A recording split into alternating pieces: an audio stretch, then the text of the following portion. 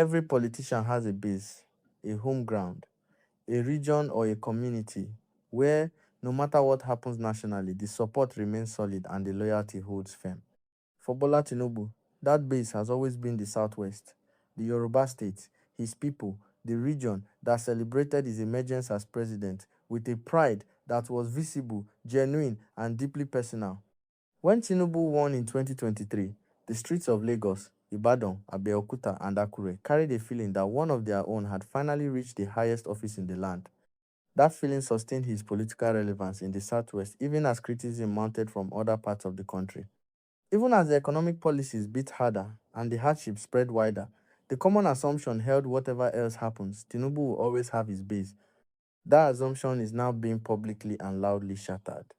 Something is happening in the Yoruba state that nobody in Aso Rock anticipated and nobody in the APC's campaign machinery knows how to respond to. The people of the Southwest, Tinubu's own people, the community whose pride and loyalty has been his most reliable political shield are on the streets. And they are not there to celebrate. They are there to protest, to express anger that has clearly been building for a long time and has finally reached a level that can no longer be contained in private conversations and social media posts. They are calling their own son by a name that, in the Yoruba language, is about as damning as it gets. What exactly is happening in the Southwest? What has pushed Tinubu's own people to this point? And what does this moment mean for the 2027 election? Everything is coming. If you are new here, subscribe right now and turn on your notification bell. The protests spreading across the southwestern states of Nigeria are not the work of opposition politicians bursting in crowds to create the appearance of discontent. They are spontaneous, they are community driven, and they are coming from the very people who were supposed to be Tinubu's most unshakable supporters. In videos circulating widely across Nigerian social media, the anger is raw and unfiltered. Protesters in the streets of Yoruba cities are chanting a word that carries enormous cultural weight, ole. In the Yoruba language, ole means thief. It is not a word that Yoruba people use lightly against one of their own. It is a word that signals the complete collapse of the social and political contract between a leader and his community. When your own people call you ole on the streets of your home region, it means the relationship has broken beyond the point of normal political repair. To understand what drove these communities to this point, you have to look honestly at what life has become in the Southwest under this administration. The economic hardship that has defined the Tinubu presidency is not a northern problem or an eastern problem. It is a Nigerian problem. And the Southwest has felt it with the same crushing force as every other region. Food prices in Lagos markets are the same unaffordable prices found in Kano markets. The fuel cost burning holes in the budgets of Ibadan traders are the same cost destroying the livelihoods of Port Harcourt traders. The inflation that has made planning for tomorrow feel pointless for families in Abeokuta is the same inflation suffocating families in Enugu. But beyond the shared national economic crisis, the Southwest is now dealing with something that has hit its communities with particular psychological force: the arrival of the insecurity that the region previously considered a northern problem. For years, when discussions about banditry, kidnapping, and violent attacks on communities dominated Nigerian news coverage, the Southwest largely watched from a distance. These were tragedies happening in the north, devastating, concerning, but geographically removed from the daily experience of most southwestern Nigerians. That distance no longer exists. Banditry and armed violence have spread into the southwest with a speed and intensity that has left communities shocked and terrified. Farmers in Oyo, Ondo, and other southwestern states are facing the same threats that their counterparts in Zamfara and Kaduna have been living with for years.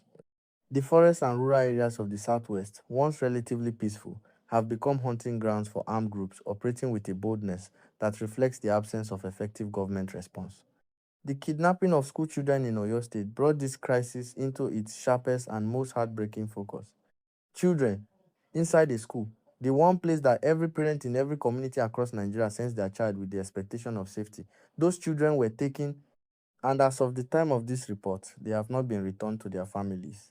The government that is currently focused on organizing its re-election campaign has not provided the kind of urgent, visible, and effective response that the parents of those missing children deserve. That failure, the failure to protect children in a school in the president's own home region, has become a symbol of something much larger. It represents the fundamental disconnect between a government consumed by its own political survival and the communities it was elected to serve and protect. The Southwest expected more. Not because Tinubu is from the region, but because that is what any Nigerian community has the right to expect from its president. Safety for its children, food that its people can afford, a future that its young people can see clearly enough to work toward. None of those expectations are being met, and the streets of the Southwest are now saying so loudly, publicly, and in their own language. The political implications of this development cannot be overstated. Presidential elections in Nigeria are won and lost on margins. In 2023, Tinubu's strong performance in the Southwest, his home base, provided a critical foundation for his national victory. The assumption going into 2027 was that the Southwest would again deliver a reliable block of votes for the incumbent, providing a floor beneath its national numbers that the opposition would struggle to erode. That assumption is now in serious question.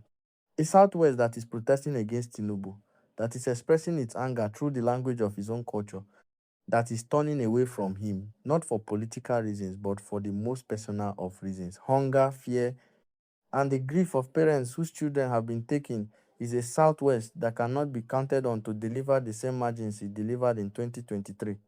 If Tinubu loses even a portion of his Southwestern base, if the margin of his support in Lagos, Ogun, Oyo, Osun, Ondo, and Ekiti shrinks significantly compared to 2023, the mathematics of his re-election become considerably more difficult to make work. And here is the deeper problem for the APC. The Southwest protest is not happening in isolation. It is happening simultaneously with the northern division we have already analyzed, with the court battles over opposition party structures, with the ongoing defections from the APC, and with the growing momentum of the OK movement across multiple regions. Each of these developments individually is manageable. Together, they paint the picture of an incumbent whose political position is weakening on multiple fronts at the same time. This is the context in which the 2027 election is taking shape, not a confident ruling party defending a popular record, but an administration fighting to hold together a coalition that is visibly fraying in the north, in the southwest, and in every other part of Nigeria, where the gap between government promises and citizen reality has grown too wide to ignore. On the other side of this picture, the opposition is consolidating. Peter Obi and the NDC continue to build momentum. The OK movement's combination of southern depth and northern reach positions it as the most structurally complete opposition challenge the APC has faced since 2015. Atiku, despite the institutional challenges surrounding the ADC, remains a significant political force with loyal supporters who will turn out regardless of what happens to their party's legal situation.